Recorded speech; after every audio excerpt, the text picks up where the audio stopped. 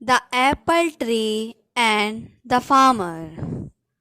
Once upon a time, there lived a farmer in a village beside a forest.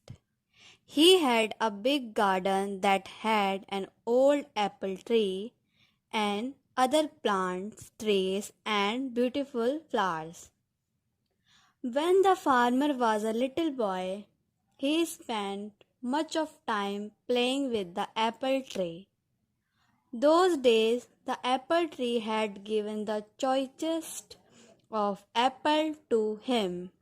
However, as time passed, the apple tree became old and stopped bearing fruits. Now that the farmer was not getting any apples from the tree, he decided that the tree was useless. Therefore, he decided to cut the tree and use its wood to make some new furniture. He felt that since the tree was old and huge, he did not have to cure it, and it would make great furniture. He forgot that as a boy he had spent his entire childhood climbing the tree and eating its apples. Now the apple tree was home to several little animals in the neighborhood. This included squirrels, sparrows, and a huge variety of birds and insects. When the farmer took his axe and began chopping the tree, all the little animals came rushing down. They all began to plead with the farmer. They gathered round the farmer and said, "Please don't cut the tree.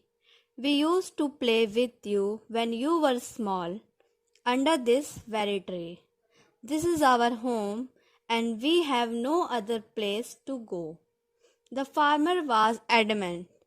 He raised his axe and the commotion grew. "Please don't chop and destroy my home and kids," cried the squirrel.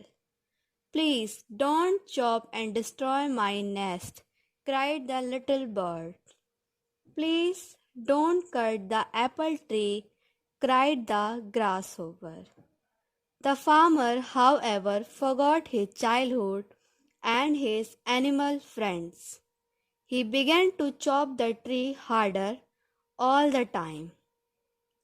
Animals became desperate and wanted to protect the apple tree at any cost. The little animals said, "We will sing for you when you are toiling away in the fields.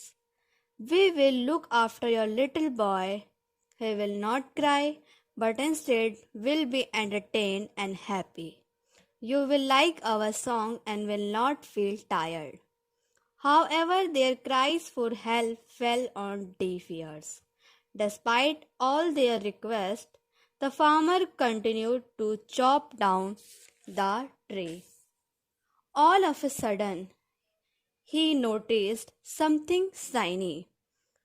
On inspecting it, he realized that it was a beehive filled of honey.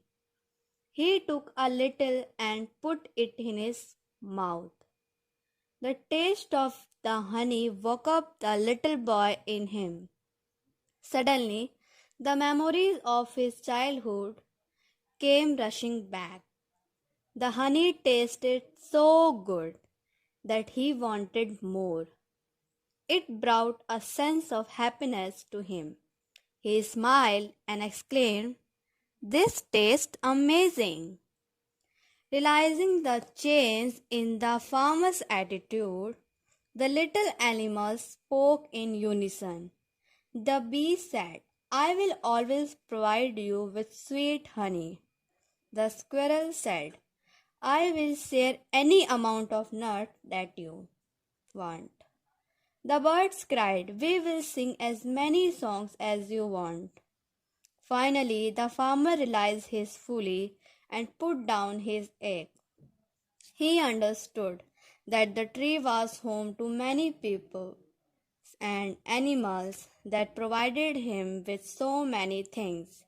He wanted his little boy to have the childhood that he had.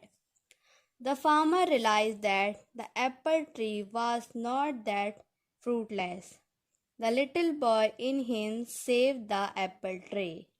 He threw away the axe and said to the little creatures, I promised that I would never cut this tree. I have realized my mistake, and you all can now live in peace and harmony. The little creatures thanked the bee profusely. If the farmer had not found the beehive, they would have been homeless by now. They continued living happily in the old apple tree. Moral: each and every living thing in nature is of some use. We should not destroy any living thing.